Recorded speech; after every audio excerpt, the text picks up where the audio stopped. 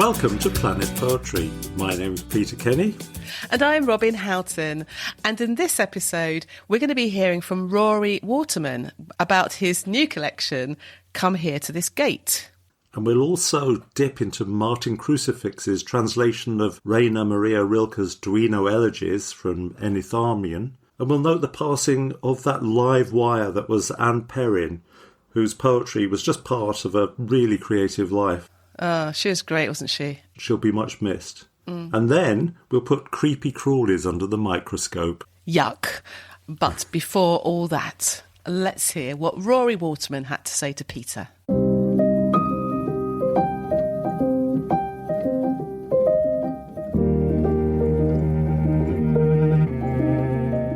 Rory Waterman was born in Belfast in 1981 and grew up mainly in Lincolnshire. His full-length collections, all published by Carcanet, are Tonight the Summer's Over, 2013, which was a Poetry Book Society recommendation and was shortlisted for a Seamus Heaney Award. Sarajevo Roses, 2017, was shortlisted for the Ledbury Forte Prize for Second Collections. Sweet Nothings, 2020, and Come Here to This Gate, 2024. He is also a critic for the TLS, PN Review and other publications, and has published several books on modern and contemporary poetry. He co-edits New Walk editions. Since 2012, he has worked at Nottingham Trent University, where he is Associate Professor of Modern and Contemporary Literature and leads the MA in Creative Writing. He lives in Nottingham. Today, we're going to focus on his 2024 collection, Come Here to This Gate. Rory Waterman, welcome to Planet Poetry. Hi, thanks for having me on. It's a great pleasure to have you on. Robin and I have both been enjoying your collection, Come Here to This Gate, from Carcanet Poetry. I just wanted to ask you, first of all, where in the world are you? I'm in Nottingham, right in the middle of England. I grew up in Lincolnshire, about an hour away from where I live now. I never expected to live this close to home, but I've been here for 12 years. The new collection, I understand, had its genesis in Korea. Could you tell us a little bit more about that? Yeah, I suppose it did. The front cover image actually is a picture across the Imjin River from South Korea, and the distant bits of hill you can see kind of blurry at the bottom. That's North Korea on the other side, and that's the DMZ, the DMZ, the most demilitarized zone in the world. And I was in Korea. I was in Busan, which is between Seoul and Incheon, in the capital area in the north of South Korea. At the end of 2020, for a couple of months, I was a writer in residence for Busan UNESCO City of Literature, and my role there was to write about the border in any way I saw fit, obviously as someone who's a complete outsider. Yeah.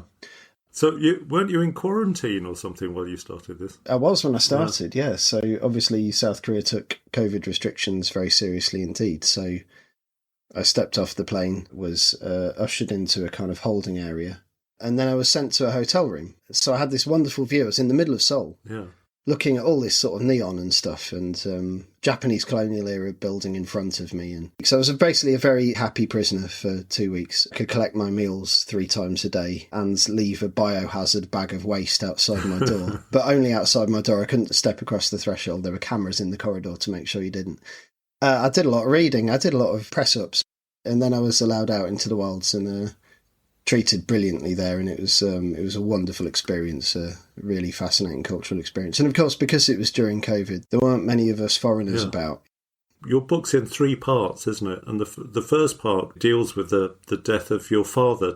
I returned from towards the end of 2020, end of November, I think. And my dad had been very unwell, alcohol-induced dementia and cancer, it turned out. The first section of the book is a sequence about the last year and a bit of his life, looking back also at our relationship when I was smaller. Yeah, I think maybe we should start with a pivotal moment in your life as a child and in your father's life. The sequence, it's called All But Forgotten, and it contains 17 poems, but there are 12 which are set in that present of that year and a bit. Oh, I should say, actually, I was born in Belfast and lived in Coleraine until I was 2. And then my mum left and took me with her to Lincolnshire to her her mum's house, so that's where I grew up. So interlude, first night, Lincoln, 1983. The kids on the street are glad to see the Wayne, but his mammy can't stop today, and she's sorry. She wheels him out of Lower Captain Street, across the Ban, to a bus across Coleraine and all of Antrim. Then high across the sea they go, then across the waste of England to Nanny's house, the first place he'll remember. You'll smash her teeth for that. You don't know 3 has now become just you, that they're not out for the day, that when you return from Anchor Bar, her side of the bed will be colder even than usual, his cot an empty cage. They've not gone far, you'll reason, when you lurch in, slap the light to find the old familiar absence there, then check the wardrobe, still full of her things, and sneer. And then the telephone will ring. One of the things I really like about it is that balancing, you'll smash her teeth for that, you say, and the idea of your father sneering, but also you feel you have sympathy, that he's in this empty room and 3 have become one. And it's that precise expression of mixed feelings. It's got all that kind of messed up, good and bad, all rolled into one real life event. Formally, it does owe a little bit of a debt to Tony Harrison's from the School of Eloquence. They're all in italics. There are 5 of them. But there's 1 at the beginning, 1 at the end, and then 3 interspersed evenly throughout the other poems. And they're all in that form. The smash your teeth for that. I grew up in a little lodge house to an estate in Lincolnshire, and it was a very small house, but it did have 3 bedrooms, but there were 5 of us in there at first. My grandma slept in a chair in the front room, a fold-out chair, but she had this plate of false teeth. I only found out after she died. She never told me, but after my mum had taken me there, my dad had turned up in a car at the end of the road and then tried to break into the house, basically. He did break in, and my grandma was holding me at the top of the stairs, and he punched her in the face and broke her teeth. Oh, God. Yeah. Yeah, my dad was an extraordinarily problematic man. Yeah. I want to go on to this poem, A Near Circle of Cadets on Not Getting Live-In Care. I had to look up cadets, and it gave me a horrible kind of feeling of returning me to the world of pie and maths lessons where I was dismally bad. Can you explain the form? But it's based on the number of pi, isn't it? Well, I scraped a C in GCSE maths, Pete. So, I wrote it down, 31415. And you might think, well, that's entirely arbitrary. How does that translate across to a poem? And yeah, maybe that's sort of largely true, and this is probably why they're not written much. But this is a sequence of 3 of them, which are dialogues. So 1 line's given to me, 1 to my dad, 1 to me, 1 to my dad, and so on. Apart from in the 3rd section, which is just him. Somehow it does work for giving a sense of the kind of almost infinite or interminable. Yeah, it gives you a way of suggesting the circular nature of conversations with people with dementia. So it's number 4 in the sequence. 4, a near circle of cadets on not getting live-in care. It's my house, no, and they can't stop you. Me going to it. Gave it to your wife. She says she won't. Why accept a live-in nurse? You hostile towards in her house. Her, she's not harmed you. No. Right, she hasn't. I'm sorry. A truce. Silence. Metastasizing.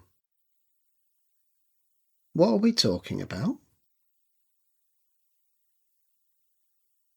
And if you're resistant, they won't believe that you'd... I'll smash their fucking teeth down their throats, except if they try to touch me live-in carers, Dad. But I will. So don't threaten them. But I'm talking to you, aren't I? I hear a nurse grind his door ajar. What are we talking about? I'll just walk. I'll just walk out. I'll just walk out of here and go home. But but I don't have my clothes. And I don't have your... And I don't have your... And I don't have your car. An ice cream van ode to joy seeps through the line. Fades. It's my house. What are we... It's quite hard to read that one. Yeah. I've never read that at a reading. Yeah. For me, what's really interesting about it is the fact that you and your father's voices are interwoven. And for you, of course, because your father was the poet Andrew Waterman, is there a kind of extra dimension about, his business was words and your business is words, and that kind of weaving of words together? What are the unique strains that come from having a father who's a poet and being a poet yourself? Well, I guess, the words in... I don't know what the word poetic means, really, but I guess the words in that poem aren't the most poetic. Right? so it's perhaps not weaving either of our voices together at their absolute finest. Yeah, my dad was a poet. We didn't live together, of course, but I must say that I was aware being a poet was something that someone might be. I think that might have had some influence on me. It didn't put you off, though. Well, yeah, it did. It did put me off. I hope in some ways the apple has fallen from the tree. When I was a very small kid, not seeing my dad all that often, he was my absolute hero.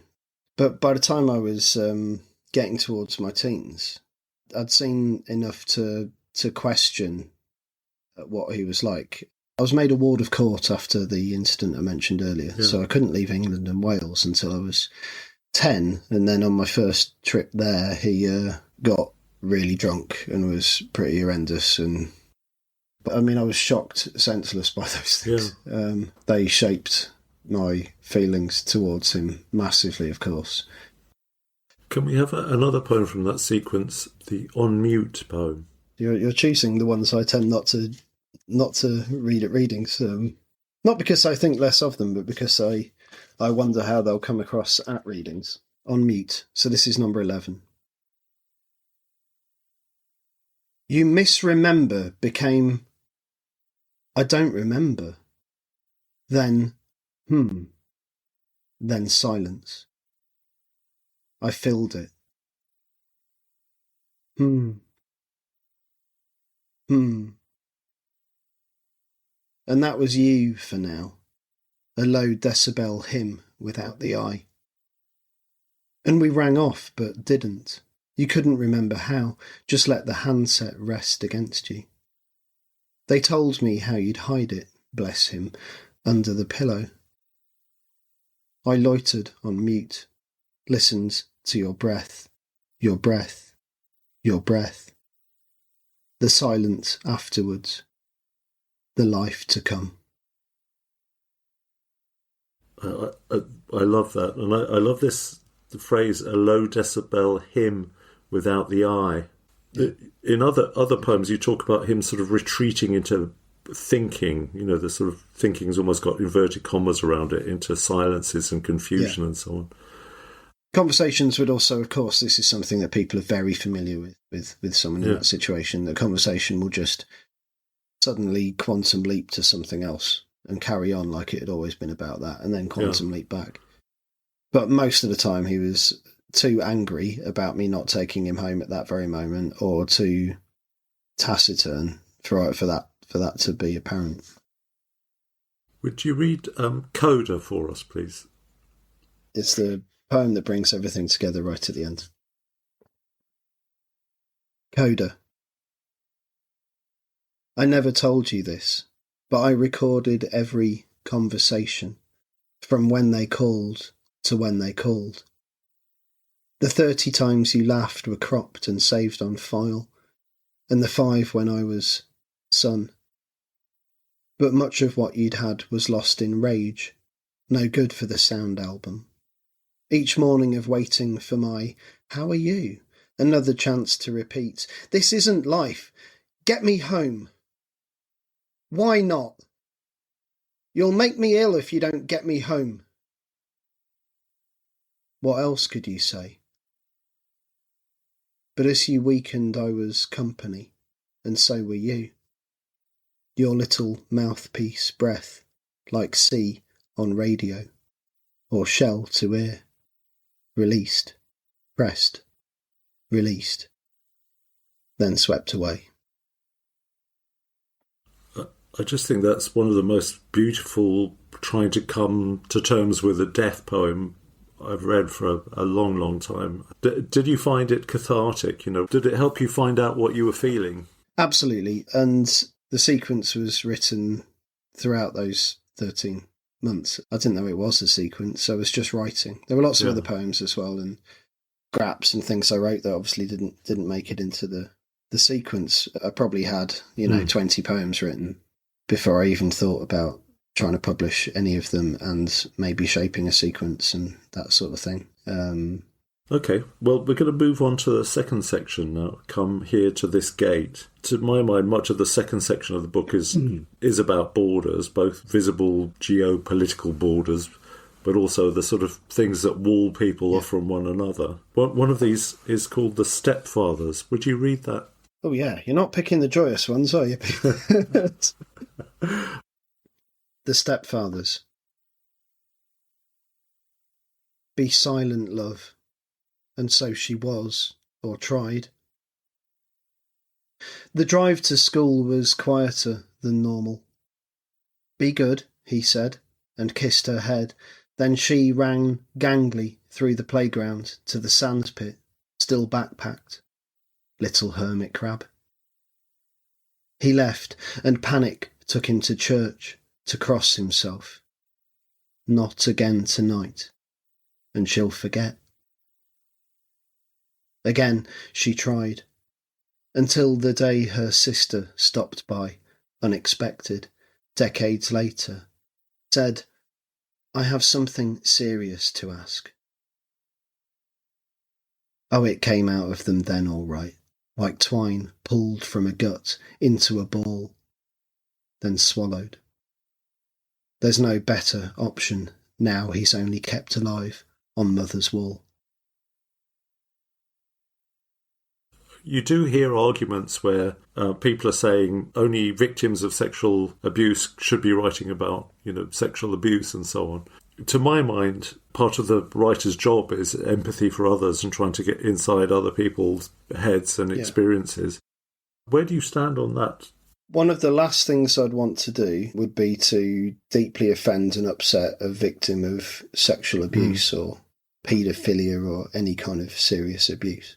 So yeah, let that be said. However, if you're not allowed to write about experiences that are not your own, the novel is dead. Trying to understand other people's perspectives is pretty key to being human, isn't it?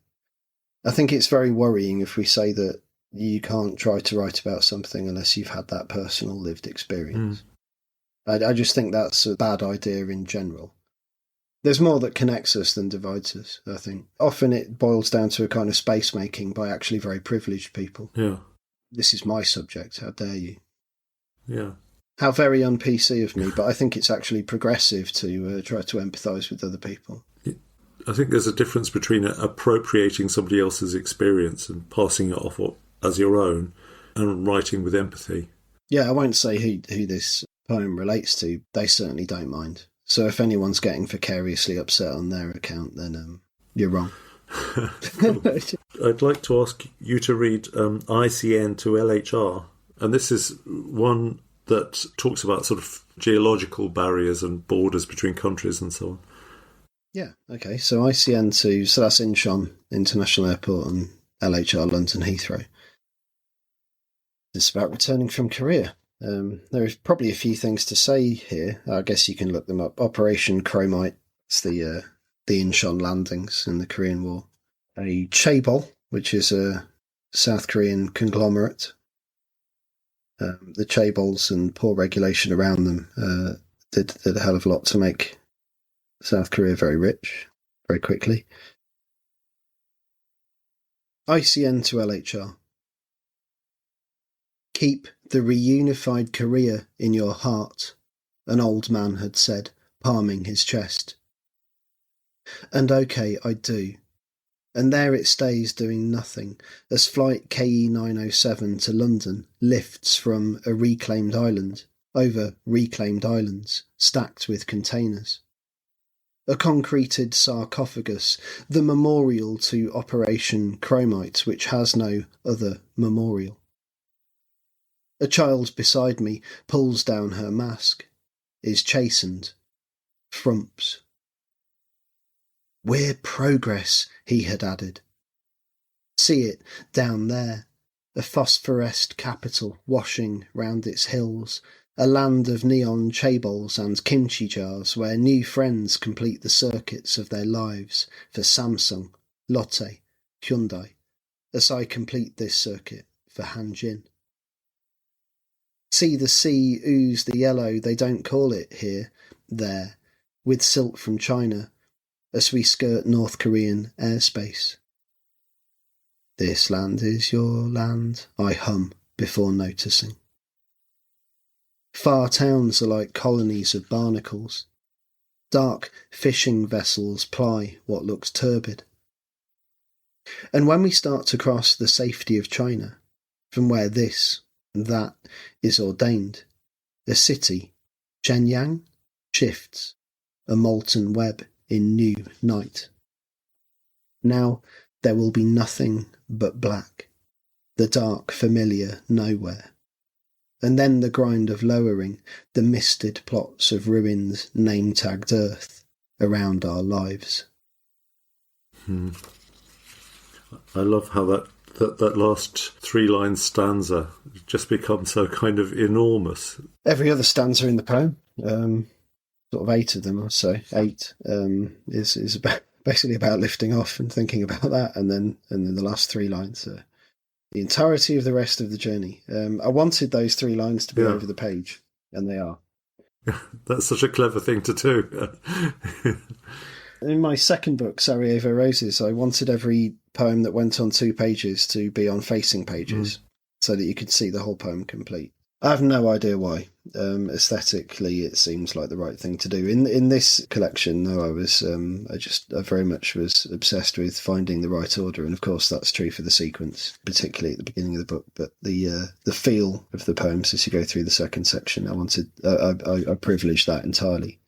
I like how being in a plane enables you to kind of obviously look down on the landscape and so on, but it kind of gives you that bird's eye view of a situation and a country, and allows you to write about that without seeming wildly generalising or something. It's a nice technique and way of looking at somewhere. Thank you. Yeah, I do generally. Obviously, they're terrible for the environment and potentially terrifying and blah blah blah. But conditions being right, i.e., not sitting next to someone who's like 30 stone and eating chicken and farting a lot or something. It's wonderful being in a plane, looking out the window, isn't it? And seeing the world in a way that you're not meant to see the world like that. Did you have a sense of tensions around the South China Sea and that sabre rattling and so on? Do you, as a foreigner, have a sense of that? One of the people I got to know in South Korea just said, and she didn't mean this in an unpleasant way at all, but she just said, and she was talking about North Koreans, she just said, I just don't think about them. They don't factor into my thinking at all. Which seems really sad, and the old man looking at me in the eye and saying, keep a reunified Korea in your heart. And this was Im Jingak, where they have memorials to people who've been separated. And did I get a sense of it? Yeah, when I was going to the border, you have to register in advance to do those trips and give your passport in and weave between Czech hedgehogs on the road and pass various checkpoints and minefields on either side and big lookout posts and razor wire and all of that sort of stuff. Yeah. So you can't miss it. It's the most militarised zone on the planet, and it's called a demilitarised zone. Yeah. Well, I went to several of the observation posts on the South Korean side where you can look across, and they have telescopes and stuff, and you can see things that are going on. And there are loads of interesting things I saw from there. But I went down one of the tunnels. They found 4 of them, tunnels that North Korea has dug under the DMZ to try and get into South Korea. And it's open to tourists, but there were very few people there, so I was on my own. And you walk about a kilometre underground through this tunnel. It's not very high. And at the end, you come up against a concrete wall with razor wire in front of it, cameras pointing at you. And there's a hole in the concrete wall, and you can, like a square window, and you can see through that. And there's another concrete wall beyond it. And apparently all that's full of explosives. If anything came through from the other side, it would blow it up. Did I get a strong sense of it? Not really. I mean, Seoul is the busiest city I've ever set foot in. The most populous as well. Certainly the greater Seoul area is about 25, 26 million. You just feel like you're in the most one of the most advanced states in the world. And there are all these reminders all over the place of the Confucianism that rubs up, I think, from my perspective, so awkwardly against the rampant capitalism, Fascinating culture that I only scratched the surface of. Right, we're going to return you to Lincoln now, to the third section of your book. Yeah, the final section of the book, Lincolnshire Folktales. I love folktales. Is there a particular flavour to Lincolnshire ones, do you think? Folklore's an interesting thing. So there were various, obviously, collectors of folklore in the 18th and 19th and early 20th centuries who were interested in collecting these traditions before they died out. Now, of course, they're mainly the traditions of the common people, so there's immediately a tension there. Why would you talk to that posh person from outside about your folk traditions, And there was no systematic way of collecting them. So some areas are better covered than others. And then eventually almost all of these tales died out. And it's very hard to know how widespread they were. But there was a woman in North Lincolnshire, Marie Clothill Balfour. She collected folk tales. She was the wife of the doctor. She was Scottish, but she'd grown up in New Zealand, and she was young, and she was a budding novelist as well. And that is important, because she apparently collected these 10 stories and published them in the journal Folklore in 1891. And none of them have any obvious direct analogues anywhere else. And there's some speculation that she just made them up. So there are some folklore collectors around the county who collected stories that you don't really find elsewhere, but most of the time they have parallels elsewhere. John Betjeman said he'd like to see Lincolnshire with its own flag and needing passports to get in. And yeah, there is a slight feeling of separateness about Lincolnshire, I think, that endures. Oh, I should also say that this writing these, because I just love folktales, so I decided to rewrite some, put them in the modern world, make them in some ways quite scandalous. Yeah, I hope. Put them in rollicking ballad stanzas and maybe upset a few folklorists along the way. But what I didn't realise this would do is inspire me to start a research project. I'm an academic. I work at Nottingham Trent University, and so I developed a project on the back of doing this, which is the Lincolnshire Folktales Project, which is funded by the Arts and Humanities Research Council. It's running at the moment. You can look it up. But oh, that's great. I mean, these poems inspired me to think about that. This was fun. How can I encourage more people to be more engaged with Lincolnshire folktales and kind of, to play around with folklore generally and those sorts of things? And the Lincoln Imp is a little grotesque in Lincoln Cathedral, probably the most famous stonework in the county. Yeah, is it like a gargoyle type thing? Like a gargoyle, but it doesn't have an outlet through its mouth or anything like that. Right. But it's that kind of thing. But it's not very big. It's maybe sort of 8 inches. 10 inches, something like that. Yeah. I don't know. It's got one leg crossed over the other. It appears to be kind of either grinning or grimacing. I don't know. It's got teeth. It's got little horns. One of the interesting things about it is it's carved above the altar. Oh, weird. In a cathedral, in one of our grandest cathedrals. And I gather, masons are often told, you can basically sort of do what you like. Carve, faces of people, have fun, but not down the holy end, mate. You don't do it there, right? So it's quite unusual to see something like that in that sort of location. The Lincoln Imp. The devil was bored in his burrow one day, and wanting to watch a farce, he swallowed an imp and blew him to England out through the devil's arse. That's a cave, look it up. Then he sat back and watched while the imp surveyed all England's north. He was quite knackered already, he thought, what to do? But he still gave it all he was worth. First he chopped down some trees for a railway line, but made sure the line never came. Then he raced coast to coast, ripping down a red wall. Then he touched all the moors with a flame. Then he cursed half the factories, those that were left, in Billingham, Barnsley, Bolton, and places like that, until they shut down. Then he made sure the Tories still won. And he saw what he'd made, and he saw it was good, but he wanted to see somewhere pretty. So a devil-sent wind sped him down to the minster at Lincoln. "Now, wait here for me," he said to the wind as he hopped in a gutter somewhere above the south aisle. Then he swung through a window perched on a cross and gazed down the nave for a while. He couldn't see any old men of the cloth, but the tills at the front were all ringing and tourists were frowning and pointing at stuff. Then some kids in the choir started singing. So he covered his ears and whipped through a door to the cloister, straight into a gran who trudged through the caff there, teapot and cakes in her blobby little hands. So he cursed them to taste like old boot soles and dishcloths and made all the prices go up well beyond reason, then snuck to her table and whittled a bit in her cup. Then he flew through the church, up the transept, the nave, and swooped to the shop. It was frightening. 1,000 or more resin models of him glared from shelves, so he left, quick as lightning, and soared to a perch at the back of the church to ponder a while on his own. But an angel was trying to kip on the altar, saw him, and turned him to stone. And there he still stands, holding his leg and grinning. An imp, when in thought, will do that. Beelzebub took his loss well. He went to the Minster shop, bought a few hundred more, dressed like a Yank tourist, then stopped for 3 cakes and a brew. And the wind is still waiting there, robbing folks' hats, their scarves, their wits, and their screw. That's just great. Ta-da! I love the way it gives you sort of license to kind of swipe at the Tory government. And Why not? I mean, it's low-hanging fruit, isn't it? It certainly but is. every now and then you need a little colonic irrigation of anti-Tory, the issue of the moment, isn't it?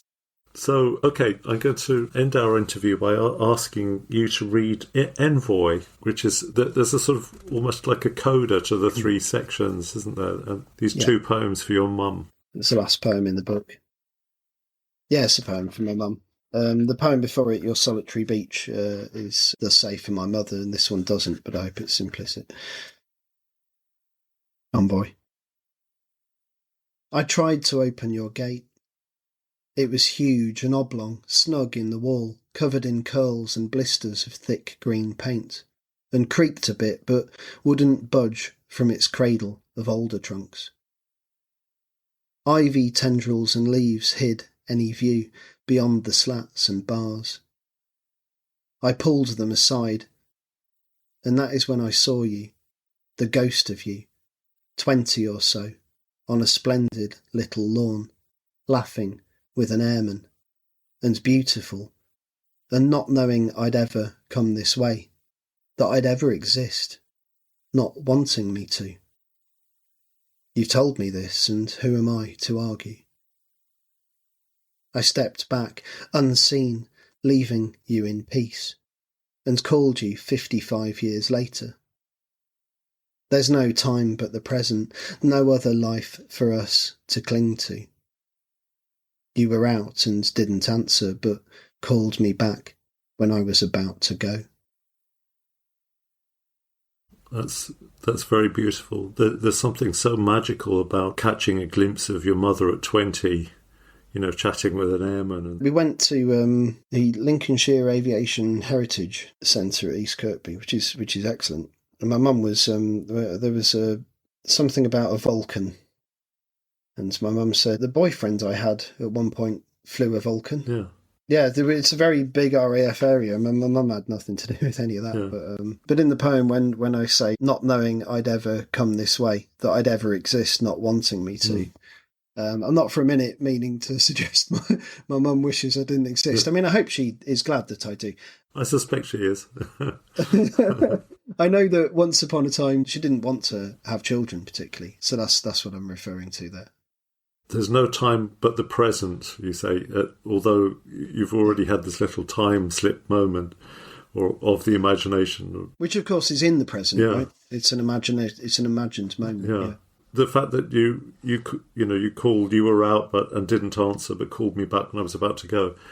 And as the last lines of the book, there was something in that for me about how communication really just straightforward. You call someone and they're there. And there is a vein of this going through the troubled barriers of the borders and the relationship with the father and all the rest of it. But this is a kind of such a benign and so understated way of reinforcing those themes in the last few lines. I take my hat off to you. It's absolutely beautiful. Thank you. I mean, Hardy's very famous lines, everything glowed with a gleam, but we were looking away. That's inevitable, but I don't want to be looking away. Do you? Yeah. There's no point in regretting something that seemed like the right thing at the time or anything like that. I believe that too, but it's very easy to regret not having better relations with people you love or doing your best or those sorts of things. And I think this poem's partly a reminder to embrace those moments, to embrace the people around you metaphorically and literally. Yeah, that's it. God, that's wet, but there it is. It's true. Rory Waterman, thank you so much for giving your time to us on Planet Poetry. It's been a delight to talk to you.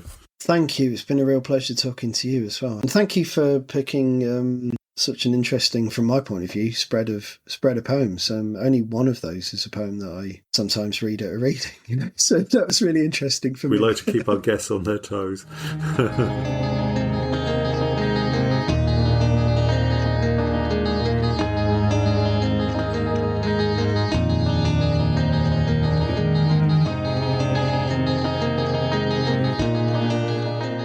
I'm a fan of Rory's work, I have to say. I really enjoyed this book, and it was interesting, the fact that it was in these sections that were quite finite. Certainly the first sequence about his father is absolutely gripping, isn't it? It's unbelievable, this relationship they had, and the way Rory is able to dissect it in such a moving, shocking way. Being with somebody that's kind of at end of life, how you suddenly start reviewing your whole relationship with them, and those poems that were kind of harking back to, his mother escaping with him from Belfast and so on. I don't know, it gave a really, the depth of their relationship in time anyway.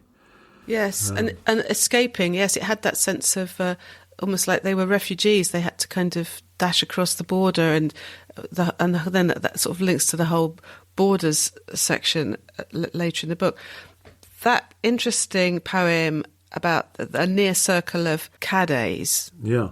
I enjoyed because I've got it in front of me, and seeing it on the page, how it was put together was very interesting. And you pointed out there were these interwoven voices, and you mentioned the fact that Rory's father was a poet himself. He couldn't be drawn too much on that, could he? He sort of said, well, yeah, it gave me the idea that one could be a poet. Yeah. But I was fascinated by the fact that they were both poets.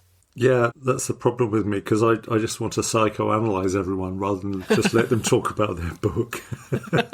Well, I think it is relevant. The relationship obviously is relevant, isn't it, to the whole thing? And he was very candid about what went on. Oh, definitely. I think it's a very successful section, and, because it has that unified theme. Yes, that lovely final poem of that section, Coda, was extraordinary, wasn't it? This idea of recording, the conversations secretly, and those times when he was called son, and... Yes. And then it finishes with your little mouthpiece breath, like sea on radio or shell to ear. Really beautiful.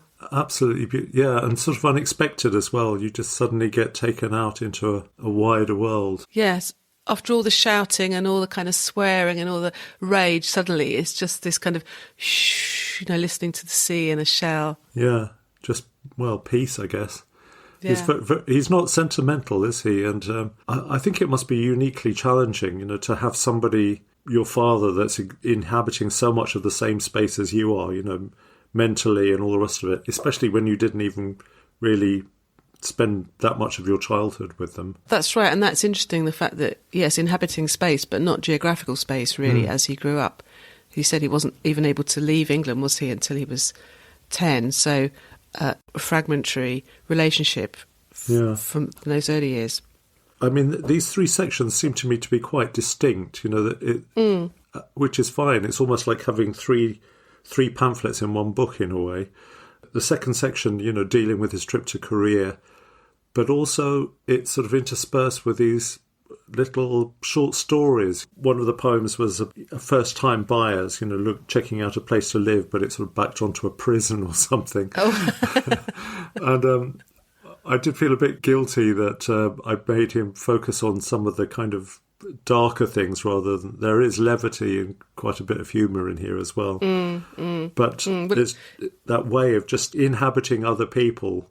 He does very well, I think. You asked him to read the poem The Stepfathers, and you asked the difficult question about is it okay to write about an experience if you've not experienced it yourself? And I thought his answer was quite interesting. He straight away said, well, if not, then the novel is dead. Yeah.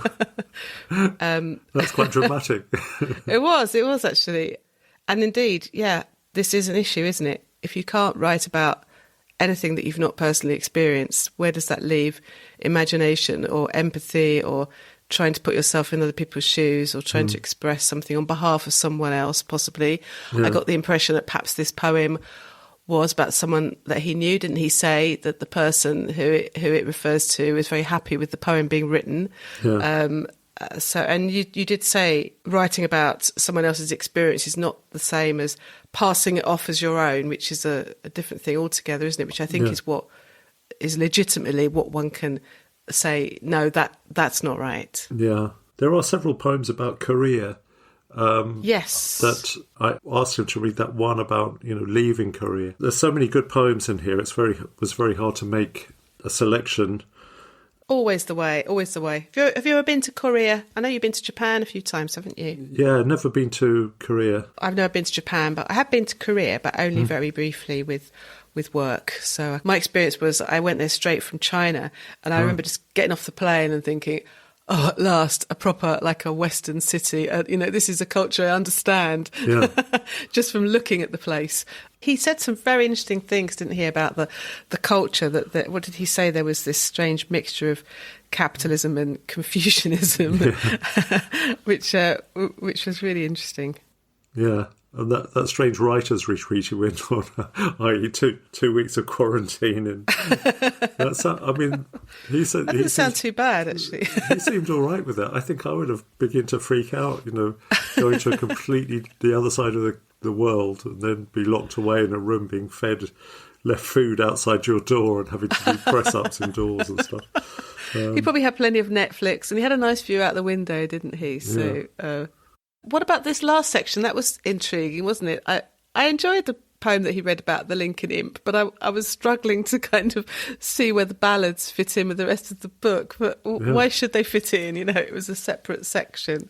Well, it seems like he's really started something with these Lincolnshire folk tales retold. It's how you treat them, isn't it? He's embraced the ballad form and really had fun with it, throwing in a lot of contemporary references. So he's kind of done it in a different way to say, for example, when we had Liz Berry on here and she'd dug into folk tales and stories. It is fun to see how different poets find themselves responding. Yeah, I think he was just he was being mischievous, wasn't he? And there was that... Like the imp. Being a bit of an imp. And, he you could see him kind of relishing the idea of rubbing people up the wrong way with it and having a go at the Tories and, generally mucking around with accepted folklore and so on. But that's great because it keeps it alive and keeps it fresh. And for sure. And something that, with him living around that area, he's got personal, he's got a genuine access to, so that's quite exciting and good fun, isn't it? Yeah. No, I thought it was a really good book. Really enjoyed it.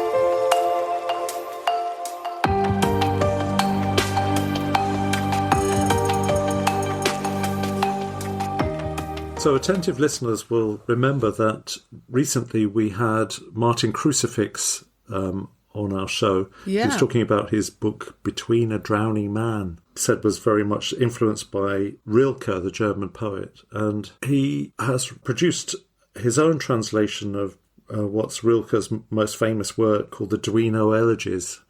And I bought this, but I have to confess I've been kind of not diving into it and not touching it because I've got, which in some ways is the classic translation by Leishman and Stephen Spender. And I just thought, I can't bear to have this poem. I've seen some terrible translations, especially by our cousins over the water, of this of this poem that just made my toes curl. But anyway, I started reading Martin's translation, and I'm really impressed by it. It's really fresh, and while I still love the original Leachman and Spender one, it's very much a work of extreme quality. I started reading this when I was a student, trying to find my own way into poetry and kind of getting really excited by it. There's a wonderful introduction to Martin's version of this by Karen Leader, and she describes the beginning of the elegies, and she says the beginnings of the elegies are almost legendary. On 19th of January 1912, standing on the bastions of Castle Duino, home of his admirer and friend Princess Marie von Thurn und Taxis Hohenlohe, who, in parentheses, sounds like a pretty handy friend to have, and the winds howling around him. And I read in somewhere else that Rilke had just received this letter from some business associate or somebody that was really troubling, and he went outside with the wind. So resuming from this introduction, the wind howling around him, Rilke seemed to hear a voice. Who, if I cried out, would hear me among the ranks of angels? And he copied the words into a notebook as if by dictation, and thus began what would become his great task. And the first two elegies followed straight away, and he wrote part of the last one as well, the 10th one. It took him 10 years to complete it because there was a little matter of the First World War and various other things like depressions and other stuff. Oh, gosh, yeah. But there's this wonderful overview of what the elegies are about in this introduction. And it says, the central concern of the elegies is humankind's insecure place in the world and its fractured relationship to death. Caught between the unconscious, sure-footed animals and the angels pursuing their own purposes, oblivious to time and space, humankind remains alienated as an eternal observer, passive and awry. What the elegies seeks to do is like make us reconnect with the world by observing things and also coming to terms with death as well. So there's lots of enormous big themes in there. I'm going to read the first bit of the first elegy. There's a bit in this, for their beauty is really nothing but the first stirrings of a terror we are just able to endure. And the Bender Leishman version of that was something that I carried around with me. One day I decided that as a young philosophy student, I ought to try LSD to see what would happen. Oh, God. And I took an enormous amount of it. The first half of the trip, for it was a trip, was amazing and wonderful and beautiful. And the second half was the worst time I've ever had in my life. Absolutely terrifying to the point of driving you almost crazy. And that was the one and only time I did that. But that line about, this idea that beauty is but the beginning of terror, it was really, while I was having that experience, kind of really resonated in my mind, So it has a kind of personal, something personal for me as well. Anyway, I'll quit the autobiography. Perhaps that's what made the trip so bad. You had that in your mind, that it was going to end in terror. It triggered me and serves me right. You shouldn't mess with drugs, Peter. It was anyway. So the first elegy, and this is in Martin Crucifix's translation. Who, if I cried out, would hear me among the ranks of the angels? Even if one of them clasped me suddenly to his heart, I'd wither in the face of his more fierce existence. For their beauty is really nothing but the first stirrings of a terror we are just able to endure, and are astonished at the way it elects with such careless disdain to let us go on living. Every angel is terrifying. So I hold back. I swallow back the bird call of black grief that would burst from me. Who is it we can turn to for help? Not angels, not other people. Even the knowing creatures already dumbly see we do not feel at home in our interpretations of the world, though there is perhaps a specific tree on a hillside we settle on over and over, or yesterday's stroll remains through the unusual streets, the comforting loyalty of a habit that took a liking to us, that moved in and now will not leave us alone. Oh, but the night with a wind that comes as if filled with infinity and gnaws at our faces. This is what awaits every one of us, the looked-for, tender disenchantment of the night, so hard for hearts alone to bear, though is it any easier for lovers? They make use of each other to hide what they know must otherwise come.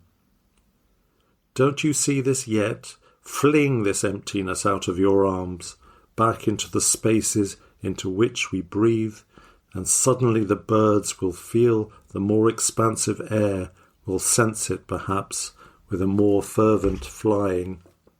Yes, the springtimes needed you. There were stars waiting to be seen by you. A wave rolled to your feet in the past. Or, as you strode beneath half-shuttered windows, the bowed violin lent itself to you. All this was your mission, but were you up to it? So I'll stop there. Your mission as a human almost is to notice the world. Yeah. And were you up to it? No, you just let it go. And now, look what's happened. I love that idea that at the beginning of the angels being this sort of terrifying presence, not a comforting presence, and you can't rely on them to save you. That's not their job. Something Martin says in his notes kind of reminds us of all those epic poems, the Miltons and Homer and so on, where people are calling out to gods to come and help them write the poem. And, he's calling out to these angels, but he knows none of them will come. That sense of, it turns that tradition on its head. But anyway, that's just a flavour, but the translation I think is very good. And, chapeau to Martin. I think he's done a fantastic job.